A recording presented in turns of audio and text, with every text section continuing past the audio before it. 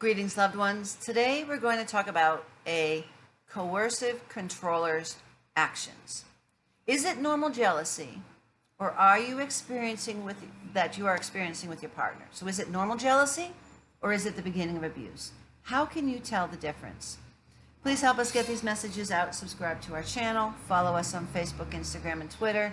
Hit the like button and the notification bell, and please share these messages with others. You never know, just by doing so, you could save a life.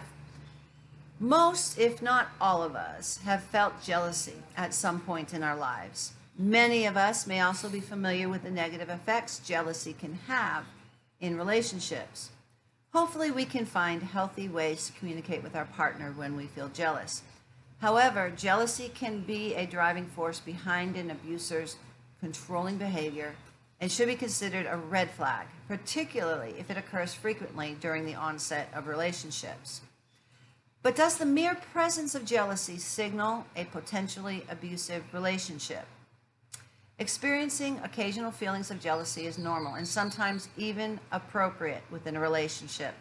Danny Bostick, a counselor and member of the American Counseling Association, says, for instance, if one partner does something like act flirty with somebody else, it's appropriate to feel jealous.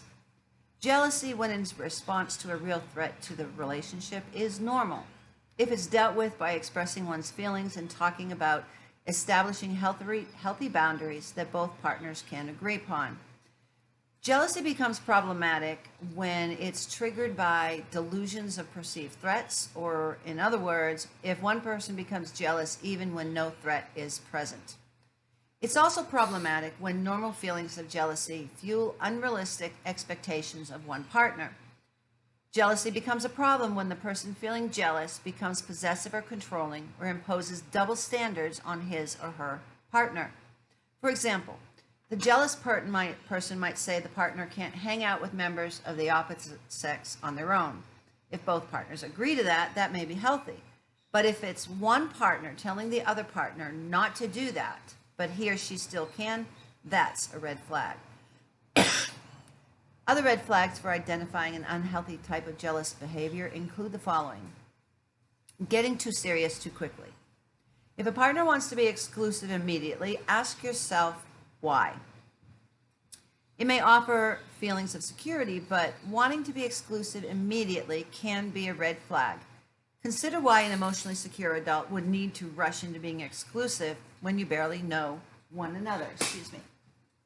I need some water. Another red flag is monitoring your communications. Following you on Instagram is one thing, but anytime someone wants your password or to check your phone, that's invasive. The first time it comes up, you need to set a strong boundary or run. Repetition is another red flag. Abuse is recurrent. If bouts of jealousy followed by apologies and promises of a better future become a pattern, it may signal that control and abuse is to come. Another red flag is not taking responsibility. In healthy relationships, the partner who's feeling jealous should discuss his or her feelings with the other partner rationally.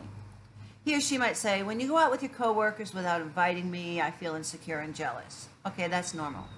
But people who are not emotionally intelligent will blame the partner for their own feelings, saying things like, you make me crazy when you go out with your coworkers. You need to listen to this.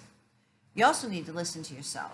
A huge red flag is when the partner who is being abused starts defending, explaining, and accommodating the other partner. If you're using sentences that start with, I was just, that's generally a sign of abuse and control. Abuse isn't always easy to identify. With 1 in 3 women experiencing domestic violence worldwide, the question is not if you'll encounter a victim of violence. The question before God is, what will you do when you do encounter them? You could be the person who saves a life. We are all called to be champions for justice, and those who suffer violence need to know that those who love them and those who don't even know them will step out and reach out to them to give them the courage and the help they need to leave before it's too late. Help us get these messages out so those who are suffering violence can recognize their situation and know how to get out of it. Also, so those who don't experience violence can recognize somebody else who's suffering and help them leave. So please subscribe to our channel. Follow us on Facebook, Instagram, and Twitter. Hit the like button and share these messages with others. You never know, just by doing so, you could save a life. If you're a victim of violence, I want you to listen to me. You've been listening to lies for much too long. Today, I'm going to tell you the truth.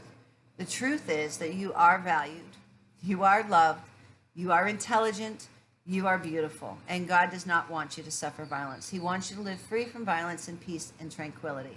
There is a way out. It is not your fault. Abuse is not love. If you're a victim of violence, reach out to someone. If you find yourself in a dangerous situation, please call 911 for help. Tomorrow, we're going to talk about possessiveness and how it is a sign of control and power. Until then, God bless you.